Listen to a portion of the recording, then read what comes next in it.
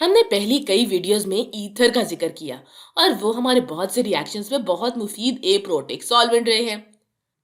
लेकिन मैंने सोचा कि हमें एक या दो वीडियो सिर्फ और सिर्फ ईथर्स के लिए वक्फ करनी चाहिए और ऑर्गेनिक केमिस्ट्री में वो तमाम चीजें जो हमने मॉलिक्यूल से जान पहचान या वो कैसे दिखते हैं के लिए की थी, इनमें सबसे पहले इनको नाम देना बहुत जरूरी होता था। तो इसी तरह यहाँ पर भी है। चंद मॉलिक्यूल्स आपने पहले ही देखे हुए हैं। चले कह लेते हैं कि सबसे पहले हमारे पास ये वाला मॉलिक्यूल है। अब मैं क्या करूंगी, मैं आपको इनको नाम देने के दो तरीके सिखाऊंगी। सबसे पहले आम नाम देते हैं, यानी कॉमन नेम। क्योंकि ये ज्यादा अहम है, ज्यादा लोग कॉमन नेम से ही इसको जानते होते हैं। और फिर मैं आपको ये भी दिखाऊंगी कि आईयू पैक का इस्तेमाल करते हुए आप इससे नाम कैसे दे सकते हैं। तो आईयूपैक मुखफ़्फ़ है international union of pure and applied chemistry का। और ये दरअसल जितने भी ऑर्गेनिक मॉलिक्यूल्स हैं इनके ऑफिशियल नाम होते हैं। और हमने एल्केन्स और एल्कीन्स को नाम देते हुए भी इसका इस्तेमाल किया था। लेकिन ईथर के मामले में कॉमन नेम ज़्यादा आम है, लिहाजा इस मॉलिक्यूल का आम नाम यानी कॉमन नेम देखते हैं। आपको यहाँ पर कार्बन के दो ग्रुप्स नज़र आ रहे होंगे, एक ये वाला और दूसरा ये वाला। ये इथाइल ग्रुप है, इसमें दो कार्बन्स हैं। फिर आप दूसरे कार्बन ग्रुप को देखें जो कि यहाँ पर है, ये भी इथाइल ग्रुप है। आपके पास इसमें दो कार्बन्स हैं, लिहाजा इस मॉलिक्यूल का आम नाम डाई इथाइल ईथर है। और ईथर वाला हिस्सा आपको ये बताता है कि इन दो इथाइल ग्रुप्स के दरमियान ऑक्सीजन है, तो ये इसका कॉमन नेम है। चलें अब इसका आईयूपैक नाम देखते हैं। आप इसमें वैसा ही करेंगे जैसा हमने पहले कई मॉलिक्यूल्स को नाम देते वक्त किया, यानी सबसे पहले लंबी चेन देखेंगे। अच्छा, तो हो सकता है कि मैं बाईं तरफ कॉमन नेम लिखूं और दाईं तरफ आईयूपैक नाम लिखूं। तो हाँ, तो चलो ऐसे ही कर लेते हैं। मैंने इसको दोबारा बना लिया है। अब सबसे लंबी चेन को देखते हैं। इस मॉलिक्यूल में दो लंबी चेन है। यहाँ पर एक है जिसमें एक दो कार्बन्स हैं, और फिर ये वाली है जिसमें, अच्छा, इसमें भी दो कार्बन्स हैं। लिहाजा आप इनमें से कोई भी एक चुन सकते हैं। मैं यहाँ पर ये वाली चेन चुनूंगी। इसमें दो कार्बन्स और कोई डबल बॉन्ड नहीं है, तो ये ईथेन है। और फिर आप कहते हैं कि ठीक हो गया, मेरे पास एल्क ऑक्सी ग्रुप है। हमने इसके आखिर में ऑक्सी इसलिए लगाया चूंकि इसमें ऑक्सीजन है, लेकिन इसके एल्क हिस्से में दो कार्बन्स हैं, ये एक और दो, तो हम इसको एथऑक्सी कहेंगे। तो इसका नाम देने का दूसरा तरीका ये है कि हमारे पास एथऑक्सी ग्रुप है जो कि एक कार्बन के साथ जुड़ा हुआ है।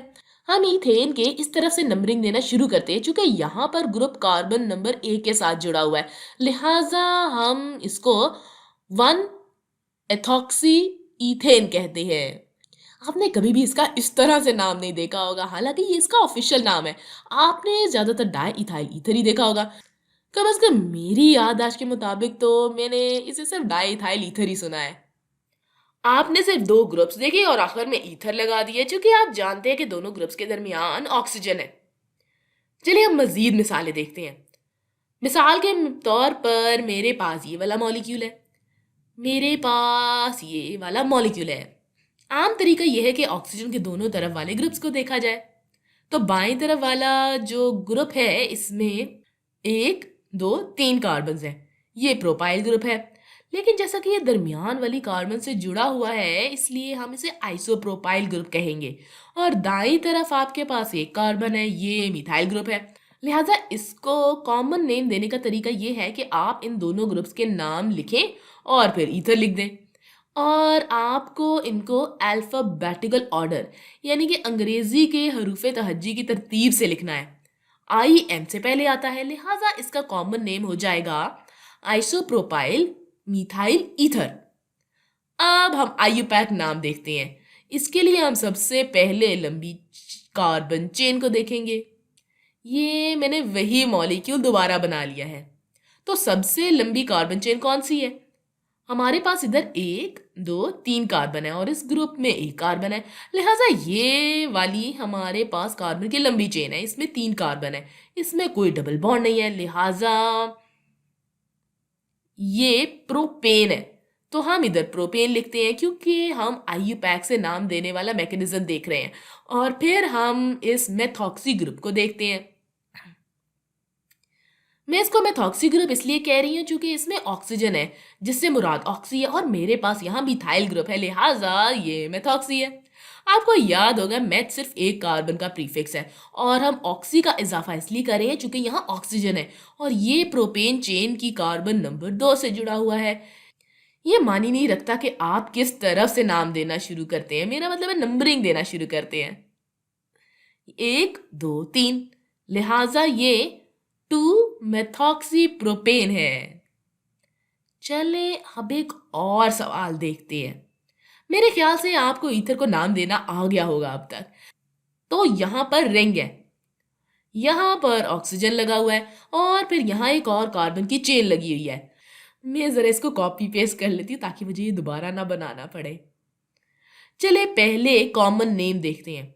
तो इस तरफ से हमारे पास साइकिल में 1 2 3 4 5 6 कार्बन हैं। तो यहाँ बाएं तरफ साइक्लोहेक्सिल ग्रुप है, और यहाँ दाएं तरफ हमारे पास 1 2 3 कार्बन है, ये प्रोपाइल ग्रुप है। तो जब आप ईथर को नाम देते हैं तो आप इन दोनों ग्रुप्स को हरूफ तहज्जी की तरतीब से लिखते हैं और आखिर में ईथर लिख देते हैं।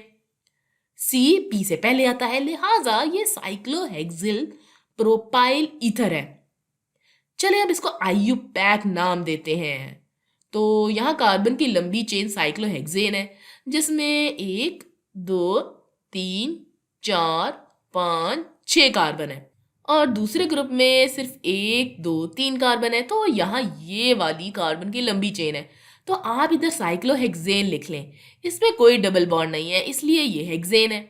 अगर आपके पास सिर्फ 3 कार्बन है तो ये प्रोपाइल होगा, लेकिन यहाँ पर सिर्फ 3 कार्बन नहीं है, यहाँ पर ऑक्सीजन भी है, लिहाजा हम इसे प्रोपॉक्सी कहेंगे। तो ये प्रोपॉक्सी ग्रुप है, और आपको इसको नंबर देने की जरूरत नहीं क्योंकि ये किसी भी कार्बन के साथ जुड़ा हो सकता है, लिहाजा आप इसको सिर्फ प्रोपॉक्सी साइक्लोहेक्सेन कहेंगे।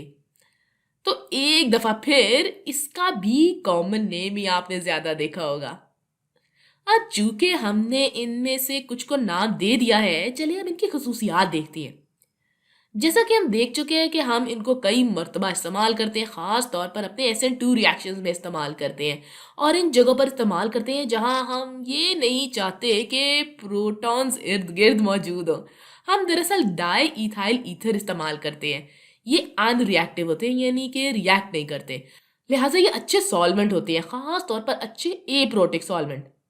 याद करें, एप्रोटिक से मुराद ये है कि आपके पास हाइड्रोजन नहीं है जो इलेक्ट्रोनेगेटिव एटम या ऑक्सीजन को इलेक्ट्रॉन दे दे और फिर वो प्रोटॉन ऐसे ही तैरता रहे और फिर किसी और चीज के साथ जाकर रिएक्ट कर दे।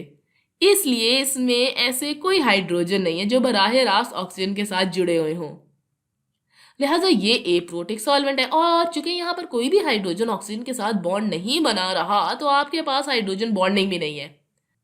सिर्फ सरसरी से जायजे के लिए देखते हैं कि पानी में क्या सूरत हाल होती है। मैं पानी के कुछ मॉलिक्यूल्स बना लेती हूँ। तो पानी में आप देखते हैं कि ऑक्सीजन इलेक्ट्रॉन्स को समेटता है, ऑक्सीजन पर पार्शियल नेगेटिव चार्ज होता है, हाइड्रोजन अपने इलेक्ट्रॉन्स ले जाने देता है, इसलिए इस पर पार्शियल पॉजिटिव चार्ज आ जाता है। इस ऑक्सीजन पर पार्शियल नेगेटिव चार्ज है तो हाइड्रोजन पर पार्शियल पॉजिटिव चार्ज है, इनको पार्शियल नेगेटिव ऑक्सीजन अपनी तरफ खींचता है और फिर आपके पास हाइड्रोजन बॉन्डिंग बनती है, और ये हाइड्रोजन बॉन्डिंग ही पानी बनाती है। ये मॉलिक्यूल्स को एक तरफ खींचती है, इसलिए इसको पिघलाने के लिए या बॉईल करने के लिए आपको इसमें ज्यादा हरारत डालना पड़ती है। और बिल्कुल ऐसा ही अल्कोहल में होता है। अल्कोहल में हर ऑक्सीजन के साथ एक हाइड्रोजन होता है, लेकिन इनमें हाइड्रोजन बॉन्डिंग मौजूद होती है, और ईथर के मुकाबले में कोई हाइड्रोजन बॉन्डिंग नहीं है।